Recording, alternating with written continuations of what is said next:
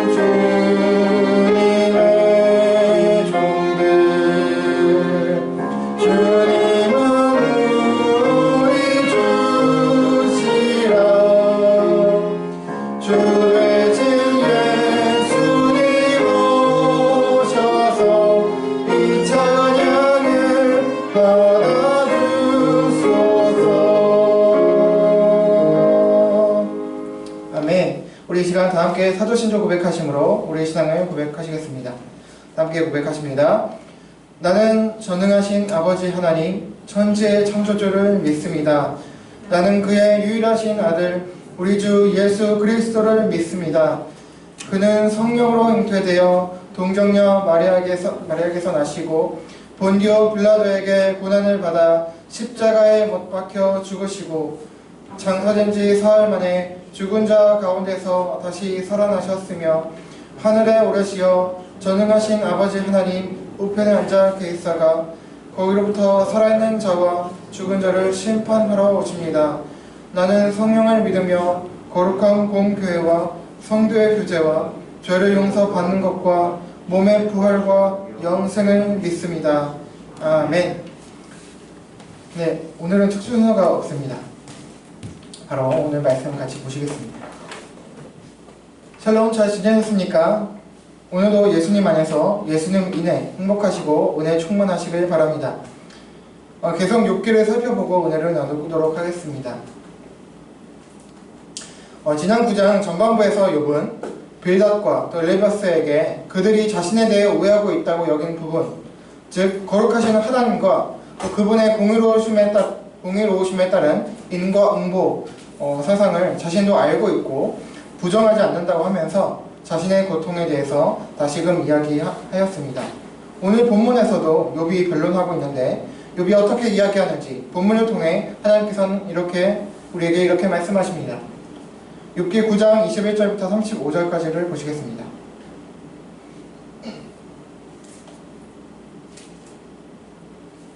구약성경 욥기 9장 21절에서 35절까지입니다. 조금 깁니다만 같이 읽어보시겠습니다. 구약 770쪽입니다. 욥기 9장 21절에서 35절까지 보시겠습니다. 제가 한 절, 여러분 한 절, 마지막 절 같이 읽도록 하겠습니다. 제가 먼저 읽습니다. 나는 온전하다마는 내가 너를 돌아보지 아니하고 내 생명을 천히 여기는구나.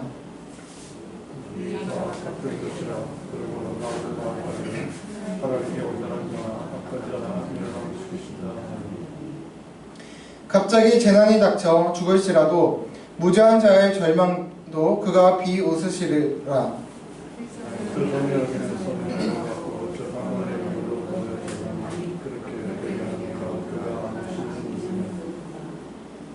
나의 날이 경주자보다 빨리 사라져버리니 복을 볼 수 없구나.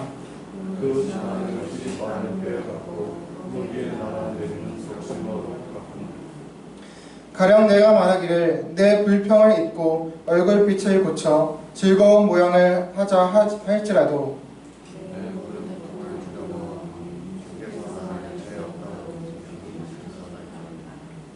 내가 정죄하심을 당할진대 어찌 헛되이 수고하리이까.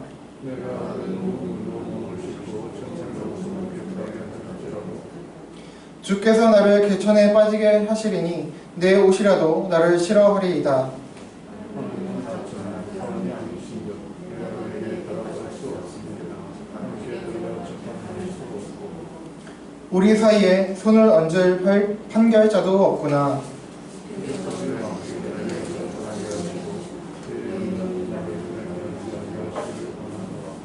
같이요. 그리하시면 내가 두려움 없이 말하리라. 나는 본래 그렇게 할 수 있는 자가 아니니라. 아멘. 여러분, 지난 9장 전반부에서 자신에 대한 오해를 풀어주려고 했던 욥은 다시금 자신을 변호하면서 인과 응보가 제대로 적용되지 않는, 작동되지 않는 현실을 이야기합니다. 21절입니다. 나는 온전하다마는 내가 나를 돌아보지 아니하고 내 생명을 천히 여기는구나. 앞에서 욥은 자신이 완전 무결하다거나 하나님께서 부정하다고 한 것이 아님을 자신도 하나님의 거룩, 공의를 인정하고 믿는다는 것을 말한 바가 있습니다. 그러나 자신이 완전한 의인은 아니지만 지금의 극심한 고통을 받을 만한 죄악을 아무리 생각해봐도 자신에게서 발견할 수 없기 때문에 이해할 수 없다는 것을 설파한 욥은 자신의 억울함을 다시 호소하지만 역시나 절망스러움을 감추지는 못합니다. 자신이 완전한 의인은 아니지만 이런 고통을 받을 만한 죄인은 아닌 온전한 사람이라는 것. 그러니까 죄인은 아니지만 악한 사람은 아니지만 그렇다고 완전한 사람은 아니라는 그런 온전한 사람이지만 자신은 천히 여긴다고 합니다. 이것은 자기 자신을 아무리 돌봐봤자 고통은 더 심해지고 끝날 기미가 보이지 않는 절망감을 표현한 것입니다. 다음 22절에서 24절입니다. 일이 다 같은 것이라. 그러므로 나는 말하기를 하나님이 온전한 자나 악한 자나 멸망시키신다 하나니 갑자기 재난이 닥쳐 죽을지라도 무죄한 자의 절망도 그가 비웃으시리라. 세상이 악인의 손에 넘어갔고 재판관의 얼굴도 가려졌나니 그렇게 내게 하니가 그가 아니시면 누구랴. 욥은 일이 다 같다고 합니다. 자신이 온전하지만 자신이 지금 이유를 알 수 없이 절망적 상태에 있는 것과 같이 현실이 다 같다는 것입니다. 그러니까 자신의 상태와 이 세상의 일이 다 같다는 말이죠. 이어서 욥은 그래서 자신은 하나님께서 온전한 자나 악인이나 다 똑같이 멸망시키신다고 합니다. 그러니까 자신이 고통받는 것처럼 자신이 무죄함에도 지금 이런 고통을 받을 만한 죄악을 발견하지 못하는데 이런 심각한 고난을 받는 것처럼 세상도 그와 같다는 것입니다. 하나님께서 온전한 자나 악인이나 다 똑같이 멸망시키신다고 하고 있습니다. 또 무죄한 자가 갑자기 재난을 맞이해서 죽게 되어 느끼는 절망조차 하나님께서 비웃으신다고 욥은 이야기합니다. 그러니까 아무것도 아닌 것처럼 여기신다는 거죠. 여기서 욥은 하나님께서 무죄한 자의 절망과 죽음도 하나님께서 크게 마음에 두지 않으시고 우습게 여기신다고 하고 있습니다. 자, 여기서 우선 하나님께서 의인의 죽음이나 절망을 비웃으시고 무시하시는 분은 아니십니다. 또한 욥도 진짜 그렇게 하나님을 여긴다고 보기보다는 현실과 및 자신의 고통에 대한 완곡한 표현일 것입니다. 그럼에도 욥이 한 이 말에는 일종의 뼈가 있습니다. 언중유골이라고 하죠. 네, 사실 이 말이 사실이기도 합니다. 현실이라는 것이죠. 의인과 우리 성도들도 악인들처럼 똑같이 죽습니다. 의인이라고 신자라고 고난이나 죽음이 피해가지 않습니다. 의인이라고 신자라고 하여서 재난이 피해가지 않는 것이 현실이고 사실입니다. 따라서 예수님을 믿고 복 받으라는 복 받았다는 이야기는 잘못된 것입니다.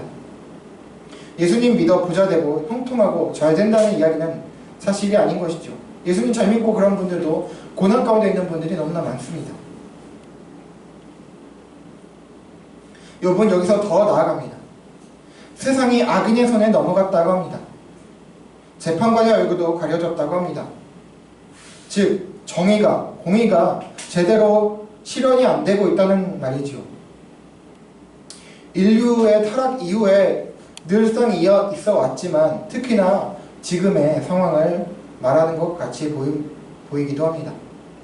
네, 어쨌든 이런 현실에서 욥은 이렇게 되게 한 것이 바로 즉 하나님이시라고 하고 있습니다. 자, 하나님께서 악한 상황을 허용하셨다는 것이죠. 자, 여기서 하나님의 공의와 작정 및 섭리를 조금 이해할 필요가 있습니다. 현실 속에서 악인이 형통하고 의로운 의인들이 고통을 당하는 부조리하고 모순된 상황을 우리는 계속 목도하며 경험하고 살고 있습니다. 그렇다면 하나님께서 안 계시다거나 공의로우시지 않으시다거나 무능하시다거나 해서일까요? 그것은 아니지요. 성경은 하나님께서 존재하시고 거룩하시고 공의로우시다고 전지전능하시다고 확실하고 분명하게 말씀하고 있습니다. 그렇다면 왜 이런 모순적인 상황이 발생하는 것일까요? 욥의 말에 핵심이 있습니다. 하나님께서 되게 하셨다는 것입니다. 이 점에는 두 가지 의미가 있습니다. 바로 하나님의 작정 및 섭리를 우리는 알아야 합니다. 하나님께서 하시는 일에는 작정과 예정 그리고 섭리라는 것이 있습니다. 예전에도 살펴본 바가 있습니다만 작정은 이 세상 모든 것에 대한 하나님의 계획이라고 볼 수 있고요. 예정은 작정에 포함된 것으로 이것은 구원할 신자에 대한 선택을 말합니다. 그러니까 구원에 관련된 것을 예정이라고 합니다. 그리고 섭리는 하나님의 그 작정과 예정을 이루시기 위해서 역사를 진행시키시는 것을 말합니다. 그 안에는 또 허용, 정확히 이야기하면 허용적 작정이라고 하는 개념이 있는데요. 신학에서 허용은 어떤 필요, 쓸모에 의해서 막지 않고 하게 하는 것을 말합니다. 그러니까 즉 어떤 일을 그냥 되게 내버려 둔다는 것이죠. 어떤 필요에 의해서. 하나님께서 허용하심으로 지금 욥이 말하고 또 당하는 현실, 또 우리가 경험해 아는 바와 같이 모순된 상황이 발생하는 것입니다. 욥이 지금 고난을 당한 것은 우리가 이미 1, 2장에서 살펴보아서 아는 바와 같이 사탄 마귀의 요구에 의한 것입니다. 사탄의 요구에 하나님께서 허용하신 결과이죠. 하나님께서 욥이 고통받는 것을 즐겨서 사탄의 요구를 들어주신 것이 아닙니다. 분명히 사탄의 요구는 악한 것이었습니다. 잘못된 것이었고 사탄의 욥이 하나님께서 복 주셨기 때문에 하나님을 섬기는 것이다 라는 말 자체도 거짓말이었습니다. 잘못된 것이었습니다. 그러나 하나님께서 어떤 목적이 있으셔서 그런 사탄의 잘못된 요구도 허용하신 것이죠. 욥을 연단시키셔서 욥의 신앙과 인격을 한 단계 업그레이드 시켜주시기 위해서 한 단계 성숙시키시고자 사탄의 요구에 응하신 것이고 또 그것을 선하게 사용하신 것입니다. 그리고 이 허용에는 그것에 대한 책임을 물으십니다. 이 허용적 작정은 하나님께서 적극적으로 끌고 가시는 것은 아닙니다. 이 허용이란 어떤 그 대상이 하고자 하는 일을 그냥 내버려 두는 것을 말합니다. 즉 사탄은 욥을 괴롭히고 싶지 않았는데 하나님께서 억지로 욥을 괴롭히게 하신 것이 아니라는 것이죠. 욥을 고난에 빠뜨려 신앙을 버리게 하려 한 것은 바로 사탄이었지 하나님이 아니었습니다. 다만 그 요구와 행위를 하나님께서 선하게 사용하신 것이라는 것입니다. 그래서 악한 것에 대한 책임은 그 허용한 대상에게 있는 것입니다. 지금도 비록 사탄이 활동하고 있지만 앞으로 장차 주님 재림하실 때 그 이후에 사탄에 대해서 책임을 물으실 것이죠. 심판이 있을 것이죠. 욥은 물론 우리들을 유혹하고 괴롭힌 그 대가에 대해서 하나님께서 엄중하게 물으실 것입니다. 결과가 선하게 되는 것은 하나님의 역사이지만 악에는 분명 책임을 물으시고 공의에 따라 심판하십니다. 만약 그렇지 않고 결국 사탄의 요구와 그 행위에 따라서 욥과 신자들이 결과적으로 성숙하게 되었고 될 것이기 때문에 그럼 잘된 거 아니냐? 그럼 욥이 어떤 공로를 세운 거 저기 사탄이 어떤 공로를 세우게 되는 것이죠. 잖아요. 그럼 사탄을 칭찬할 수도 있지 않을까요? 그렇지 않다는 것이죠. 만약 그렇다면 하나님께서는 전지전능하시고 공의로우신 분이 아니시며 하나님보다 사탄이 더 훌륭한 존재라고 인식이 될 수 있을 것입니다. 그렇지 않습니다. 그리고 이 허용에는 제한을 두십니다. 분명 악과 악행이 존재하게 허용을 하시지만 하나님의 구원과 심판과 회복을 궁극적으로 막을 수는 없게 제한을 두십니다. 욥에게 몸의 그 재산과 자녀들의 그 죽음까지 허용하셨지만 거기까지 또 2차로 욥의 몸에 고난을 허락하시지만 생명은 해하지 말라 제한을 주셨죠. 욥이 망하지 않도록 그렇게 하나님께서는 제한을 두십니다. 그래서 신자가 때로는 또 하나님의 허용 그냥 내버려 두시는 우리에게 또 자유의지가 있기 때문에 허용하셔서 우리 신자도 때로는 죄를 범하지만 잘못을 하지만 그럼에도 신자가 죄를 범한다고 해서 구원에서 끊어지게는 하지 않으신다는 것이죠. 더 자세한 것은 이후 관련 본문을 다룰 때에 작전과 예전 그런 관련된 본문을 다룰 때에 더 자세히 설명해 드리겠습니다. 어쨌든 크게 보면 세상에 악이 존재하고 모순된 상황이 존재하게 된 것은 하나님의 허용하심의 결과입니다. 따라서 24절에서 욥이 한 말은 크게 보면 틀린 말은 아닙니다. 이 말 속에서 우리는 전에도 살핀 바와 같이 결국 이해할 수 없는 고난에 대한 답은 하나님께 있다는 것을 다시금 알 수 있습니다. 이어서 25절, 26절입니다. 나의 날이 경주자보다 빨리 사라져버리니 복을 볼 수 없구나. 그 지나가는 것이 빠른 배 같고 먹이에 날아내리는 독수리와도 같구나. 지난 7장 6절에서도 욥은 자신의 날이 배틀의 복보다 빠르다고 한 바가 있습니다. 오늘 25절에서는 경주자보다 빠르고 금방 사라져 버린다고 합니다. 인생이 참 빠르다는 것이죠. 또 항해하는 빠른 배 같고 먹이를 낚아채려고 빠르게 날아내리는 독수리 같다고 합니다. 여러분 혹시 동물의 왕국 같은 프로그램 보신 적이 있으신지 모르겠습니다. 가끔 독수리 같은 맹금류라고 하나요? 그런 아주 크고 날쌘 조류들이 나오는데 먹이를 잡아서 낚아채려고 빠른 속도로 날아가는 것을 몇 번 본 적이 저도 있습니다. 화면에서야 종종 느린 화면으로 보여주기도 하지만 실제 순식간에 독수리가 먹이를 낚아채서 날아가는 것을 방영하는 것을 보았습니다. 욥은 자기 인생이 그렇게 순식간에 갔다고 합니다.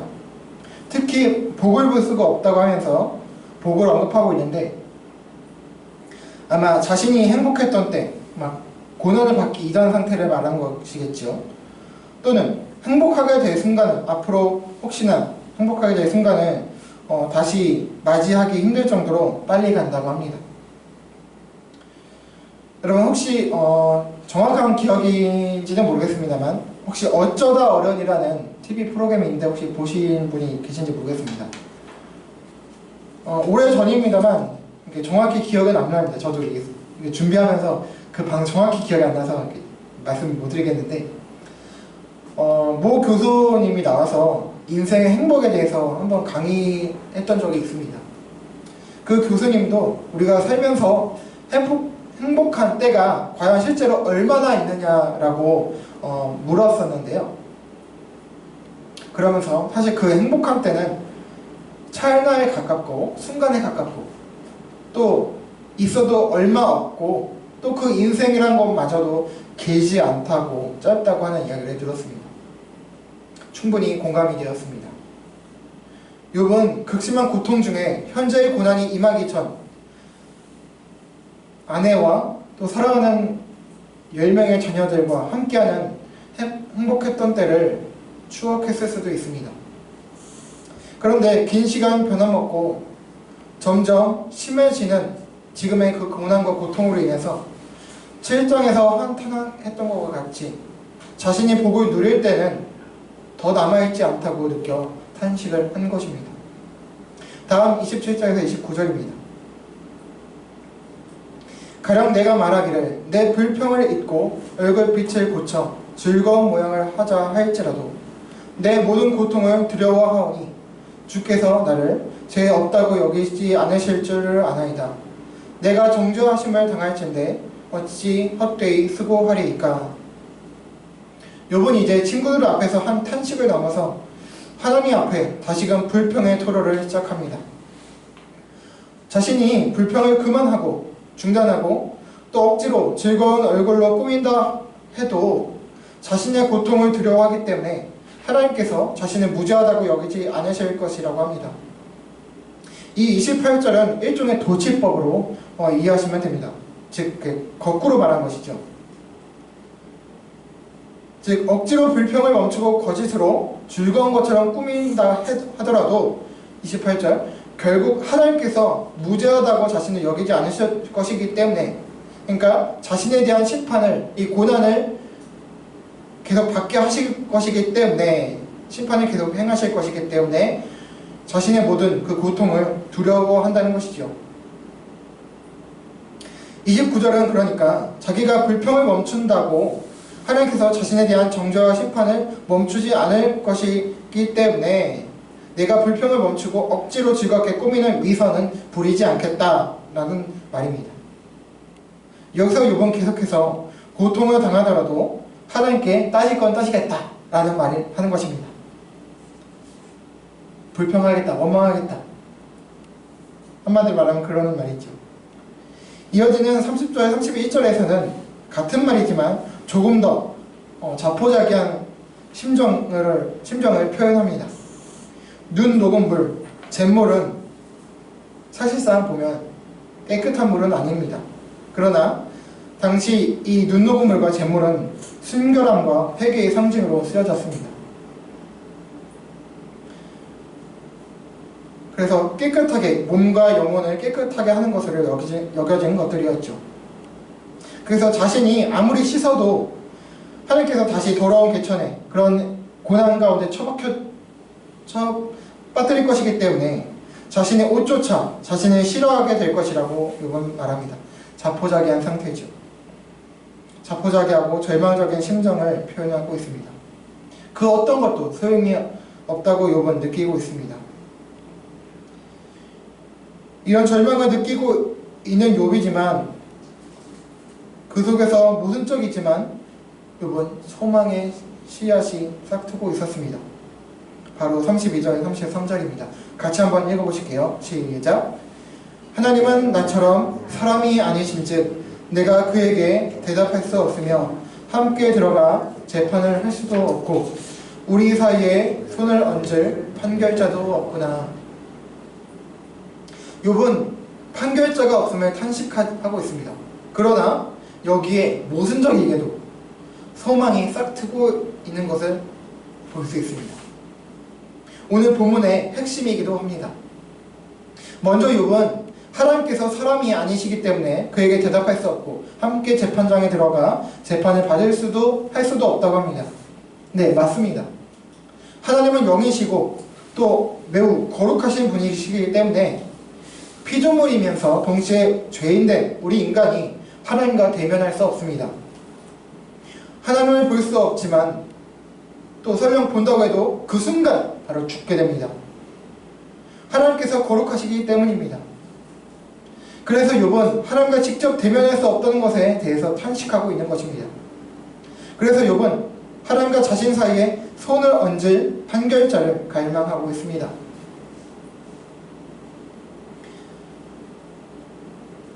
여기서 판결자라는 것은 판정하고 중재하는 존재를 말합니다. 바로 중보자를 말하는 것입니다. 손을 얹는다는 것은 당시 고대 사회에서 판결자가 했던 행위를 말하는데요. 당시 고대 사회에서 판결자는 어떤 계약이나 또 판결에서 양측 중간에 서서 어느 한쪽에 손을 얹는 행위를 통해서 계약의 성사를 알렸고 또는 화해를 주도했다고 합니다. 지금 욥은 자신이 당하는 고통과 고난과 또 이유를 알 수 없는 것에 대해서 인해서 극도의 절망을 느끼고 있습니다. 그래서 계속 친구들과 하나님 앞에서 탄식하고 있고 불평 같은 토로를 하고 있습니다. 욥은 지금 하나님과 자신 사이에 중재자가 없음을 탄식하고 있는 것이죠. 이것을 거꾸로 이야기하면 욥은 하나님과 자신 사이에서 중재해줄 판결자, 곧 중보자를 갈망하고 있는 것입니다. 이어지는 34절, 35절은 이 중보자가 중재해 주므로 하나님께서 그의 막대기, 자신의 고난을 떠나게 해주시고 하나님의 위험이 두렵게 하지 않으시길 원하고 있습니다. 또 그렇게 된다면, 만약에 그렇게 될 수만 있다면 자신은 원래 그렇게 할 수 없는 존재지만 중보자만 있다면 두려움 없이 하나님께 말할 수 있을 것이라 욥은 말하고 있습니다. 여러분, 욥은 길고 변함없고 또 더 악화되고 있는 극심한 고통 속에서 모순적이지만 그의 입장에서 신락 같은 소망을 가지게 됩니다. 탄식과 절망 속에 있던 욥에게서 소망이 싹 트고 있었습니다. 그것은 중보자에 대한 갈망이었고 소망이었습니다. 그런데 그 소망은 아직 꽃이 피지는 못했습니다. 오늘 설교 제목과 같이 이제 씨앗에서 싹이 올라오는 수준이었습니다. 그러나 욥의 이 작은 소망은 19장에서 꽃이 피게 됩니다. 우리 19장 25절, 27절까지를 같이 보시겠습니다. 우리 같이 한번 읽어보실게요. 시작! 내가 알기에는 나의 대속자가 살아계시니 마침내 그가 땅 위에 서실 것이라. 내 가죽이 벗김을 당한 뒤에도 내가 육체 밖에서 하나님을 보리라. 내가 그를 보리니 내 눈으로 그를 보기를 낯선 사람처럼 하지 않을 것이라. 내 마음이 초조하구나. 아멘. 여러분, 19장에서 욥은 대속자, 구속자가, 구원자가 살아계시고 그가 마침내 땅 위에 임재하실 것이라고 말하고 있습니다. 마치 9장에서 19장까지 오는 사이에 욥의 마음속에 하나님의 계시가 임한 것 같이 보입니다. 여러분, 땅 위에 임재하신 대속자 누구십니까? 네, 바로 그리스도 예수십니다. 아브라함과 동시대 인물이었던 욥이 갈망했던 그 중보자요 대속자가 바로 예수 그리스도이십니다. 욥은 그 언젠가 그리스도께서 성육신하여 이 땅에 임하실 것을 알았던 것입니다. 참 놀랍습니다. 26절, 27절을 보면 오늘 본문과 사뭇 다릅니다. 오늘 본문에서 욥은 하나님을 대면할 수 없고 두렵다고 했습니다.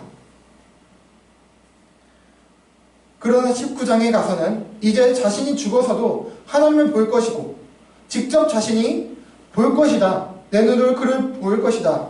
그런데 낯선 사람 보듯 하지 않게 될 것이라고 합니다. 친밀하게 될 것이라고 말한 거죠. 두려움이 사라진 상황을 말하고 있습니다. 이것이 누구 때문입니까? 바로 판결자, 중보자요 대속자에 대한 소망 때문입니다. 여러분, 그렇습니다. 신약성경 고린도전서 13장 마지막 절인 13절에서는 여러분 잘 아시는 말씀이 있습니다. 그런즉 믿음, 소망, 사랑 이 세 가지는 항상 있을 것인데 그 중에 제일은 사랑이라. 잘 아시죠? 믿음, 소망, 사랑 이 세 가지가 항상 있을 것이라 말씀합니다. 항상 있어야 된다는 것은 다시 말하면 신자라면 소망이 없을 수 없다는 것이죠. 욥은 물론 하나님의 모든 백성들에게, 신자들에게, 자녀들에게 있어서 있어야 하는, 없어서는 안 되는 소망이 무엇입니까? 지금은 비록 약하고 고난이 있지만 나중엔 잘 먹고 잘 살게 될 것이라는 것입니까? 네, 물론 그런 희망이 있을 수도 있습니다. 그러나 모든 신자에게 있어서 진정한 소망은 바로 우리의 구원의 완성과 함께 무엇보다 판결자, 대속주에 대한 소망입니다. 물론 우리는 이미 초림, 성육신 하시고 죽으시고 부활 승천하셨던 하신 구속주를 알고 믿고 있습니다. 우리 입장에서는 그렇다는 것이죠. 우리는 이제 초림을 넘어 그 그리스도의 재림을 기대하고 소망하는 존재들입니다. 여전히 부조리한 세상으로 인해 또 우리 인간으로서는 어쩔 수 없는 욥의 고난과 같은 그런 고난들로 인해 우리 인간들, 신자들은 고통 가운데 살아가고 있습니다. 교회와 또 세상의 부조리한 것에 대해서 물론 우리 신자들이 계약하는 데 앞장서 가야 하겠지만 그럼에도 우리가 소망해야 할 것은 그리스도의 재림입니다. 왜냐하면 그때에야 우리 구원이 완성되며 우리와 이 세상이 온전히 회복되고 모든 악이 영원히 심판받게 되기 때문입니다. 그래서 우리 신자들과 의인들의 모든 고통과 고난이 끝이 나고 영원한 위로를 받게 되기 때문입니다. 할렐루야. 여러분, 오늘 본문에서 살펴보았듯이 고통 속에서 욥 가운데 소망이 싹트고 19장에 이르러서 그 소망이 꽃을 피우게 되었습니다. 이런 점에서 어쩌면 하나님께서 우리 인생에 신자라고 해서 영원히 즐겁도록 이 세상에서도 즐겁고 좋은 일만 남겨두신 것이 아니라 때로는 모순적이고 또 부조리함에도 불구하고 그것을 허용하신 것인지도 모르겠습니다. 현 세상에만 우리가 소망을 두지 않게 하기 위해서 하나님과 하나님 나라와 또 그리스도께 소망을 두게 하시기 위해서 말입니다. 그래서 신약성경 로마서 5장 3절에서 4절에서 이렇게 또 말씀하십니다. 우리 마지막으로 함께 같이 읽어보실게요. 시작. 다만 이뿐 아니라 우리가 환난 중에도 즐거워하나니 이는 환난은 인내를, 인내는 연단을, 연단은 소망을 이루는 줄 알미로다. 아멘. 비록 우리가 아직 환난 중에 즐거워하는 수준까지는 못 갈지라도 환난을 통해서 인내를 배우게 되고 인내를 통해서 연단을 받아 믿음과 인격이 단단해져 결국 하나님 나라와 예수 그리스도께 소망을 두게 하게 된다 말씀합니다. 물론 욥이 고통받는 것이 이 고통받는 것 자체가 좋은 것이고 우리 신자가 받는 그 고난 자체를 하나님께서 좋아하신다는 것은 아닙니다. 그러나 이 고통 속에서 이 고난 속에서 욥에게서 소망이 싹트고 꽃 피우게 되었다는 것은 하나님께서 그의 가운데서 역시 역사하셨다는 반증입니다. 여러분, 저와 여러분 가운데에도 현재 불완전한 세상에서 살아가는 순간순간마다 하나님 나라와 판결자, 곧 유일한 중보자와 구원주가 되시는 장차 재림하실 사랑하는 우리 주 예수 그리스도에 대한 소망을 품게 되시길 바랍니다.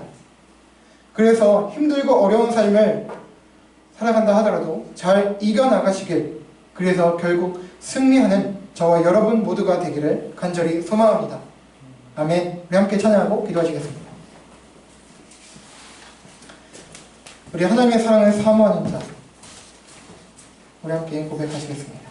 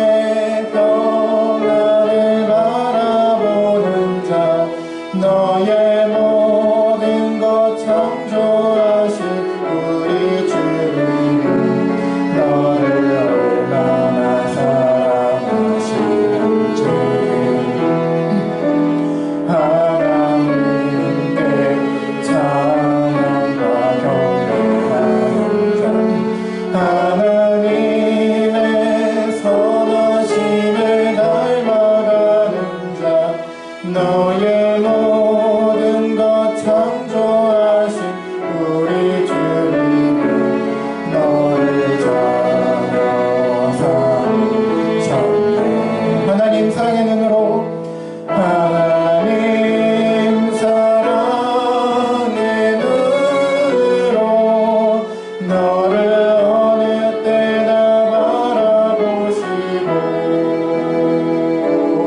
하나님 인자한 귀로서 언제나 너에게 기울이시니 어둠에 밝은 빛을 비춰주시고 너의 작은 신음에도 응답하시니 너는 어느 곳에 있든지 주를 향하고 주만 바라볼지라. 하나님 사랑의 눈으로 하나님 사랑의 눈으로 너를 어느 때나 바라보시고 하나님 인자한 귀로서 언제나 너에게 기울이시니 어둠에 밝은 빛을 비춰주시고 너의 작은 신음에도 응답하시니 너는 어느 곳에 있든지 주를 향하고 주만 바라볼지라. 주만 바라볼지라. 주만 바라볼지라.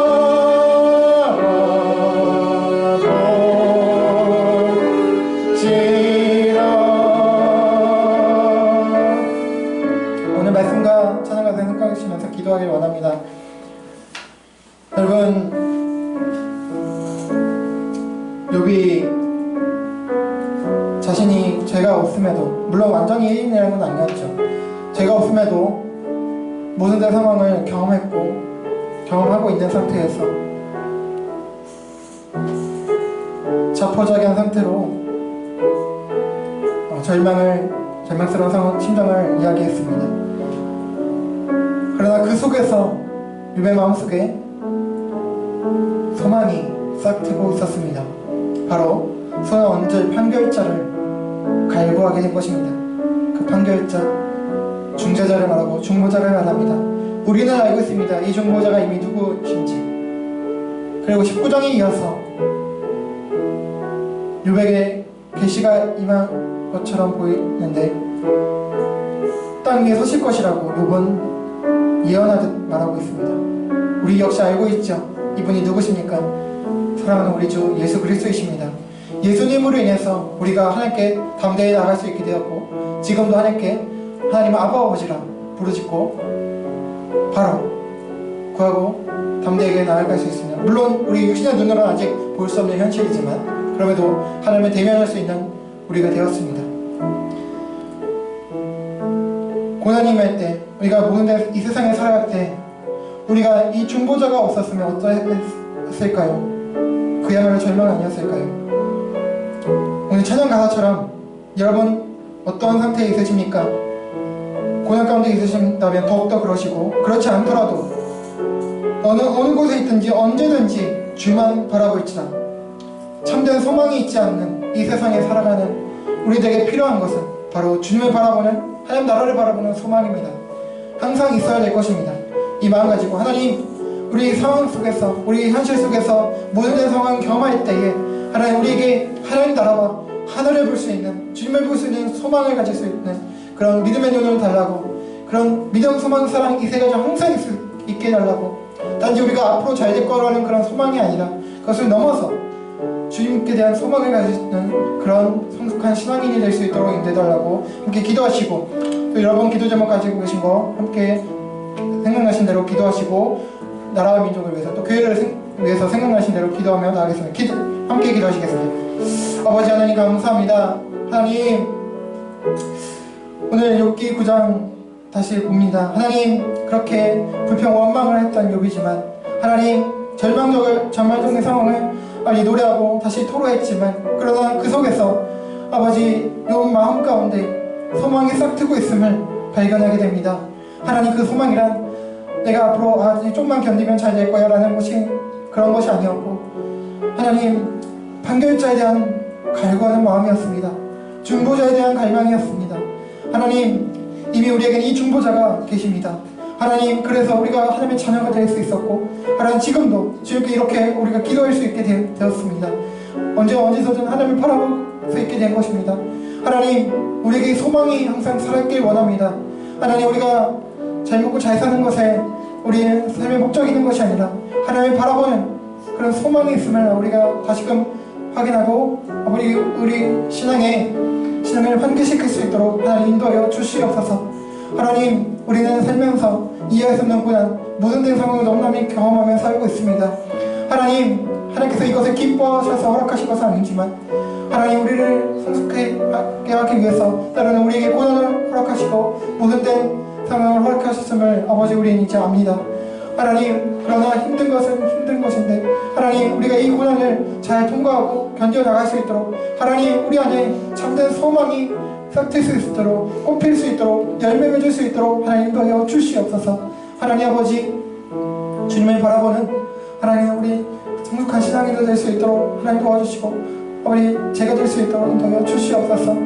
하나님, 욥기를 통해서 우리가 볼 수 있는 것은 단순히 욥의 잘 인내해서 나중에 복을 2배로 받았다, 그것이 아니라 하나님, 욥의 인내가 주제가 아님을 아버지 우리는 압니다. 욥기의 주제도 곧 예수 그리스도이십니다. 주인공도 예수 그리스도이십니다. 하나님, 예수 그리스도, 우리의 구원을 발견하는 것, 우리의 소망을 발견하는 것이 욥기의 참된 주제이고 참된 핵심이라는 것을 우리 다시 한번 발견하게 되었사오니 하나님, 우리가 이 세상 살아가는 동안 하나님, 예수 그리스도를 놓지 아니하도록 항상 바라볼 수 있는 우리 저희와 또 우리 서평교 공동체 모든 신자들이 될 수 있도록 인도하여 주시옵소서. 그렇게 성숙한 저희 모두가 될 수 있도록 인도하여 주시옵소서.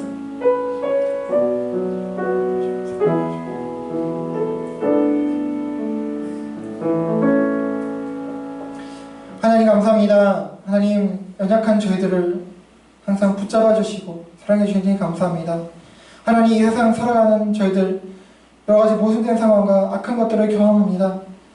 만약 주님께서 우리를 붙잡으시지 않으신다면 이런 상황 속에서 우리는 믿음에서 떨어져 나가고 절망 가운데 처하며 멸망할 수밖에 없습니다. 그러나 주님, 우리가 여전히 주님의 자녀로 있게 된 것은 우리에게 판결자, 중보자가 계시기 때문입니다. 우리를 항상 붙잡아 주시고 놓지 아니하시는 중보자께서 우리 안에 살아계시기 때문입니다. 우리 가운데 역사하시기 때문입니다. 하나님, 우리 가운데 이 소망, 중보자, 중재자가 계심을 알고 하나님, 이 세상 살아가는 동안에 즐겁든지 또 고난 가운데 있든지 상관없이 우리가 하나님 나라를 바라보고 하나님 나라의 소망을 가지고 또 주님께 대한 소망을 가지고 정말 그날을 바라보는 우리 멋진 성숙한 신앙인들 될 수 있도록, 주님의 자녀들 될 수 있도록 하나님 저희 가운데 항상 역사하여 주시고 인도하여 주시옵소서. 감사하며 이 모든 말씀 예수 그리스도의 이름으로 기도합니다. 아멘. 네, 감사합니다. 네, 광고 말씀드리겠습니다. 오늘 서한나 자매님께서 친조부께서 소천하심으로 말미암아 장례로 인해 못 오시게 되었습니다. 설명하신 대로 기도해 주시고요. 네, 그리고 오늘 식사도 지난주와 마찬가지로 우리 원진년 성도님 또 유옥경 성도님께서 제공해 주셨습니다. 맛있게 드시고 감사하시길 바랍니다. 네, 감사드립니다. 네, 우리 여러 가지 일로 봉사해 주신 우리 PPT 카메라 감사합니다. 식사해 주신 분들 감사합니다. 네, 다른 광고는 주부로 참조해 주시고요. 우리 다 함께 자리에서 일어나겠습니다. 우리 함께 공동체 고백하시겠습니다. 다 함께 고백하십니다. 시작. 우리는 세상으로부터 부름받은 하나님의 백성입니다. 또 또한 세상으로 보냄받은 그리스도의 제자입니다. 모임과 예배를 통해 하나님께 영광을 돌립시다. 삶을 통해 세상에서 빛과 소금의 역할을 감당합시다. 세상에 주님의 사랑을 전하는 실천자가 됩시다. 서로가 주 안에서 사랑하고 섬기며 들보고 교제하는 건강한 지체가 됩시다. 성경을 읽고 배움으로 그리스도를 본받는 성숙한 성도가 됩시다. 그리하여 하나님을 연합게 하는 은혜에 충만한 공동체가 됩시다. 아멘. 우리 찬송하고 축도로 마치겠습니다.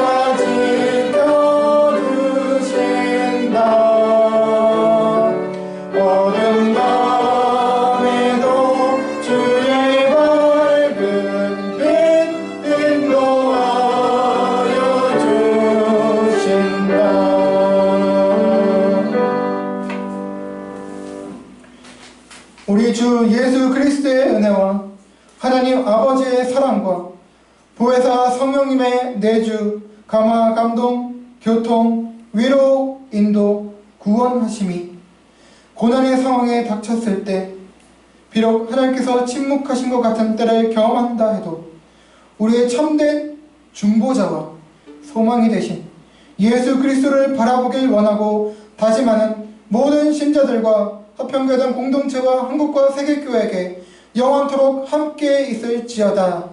아멘.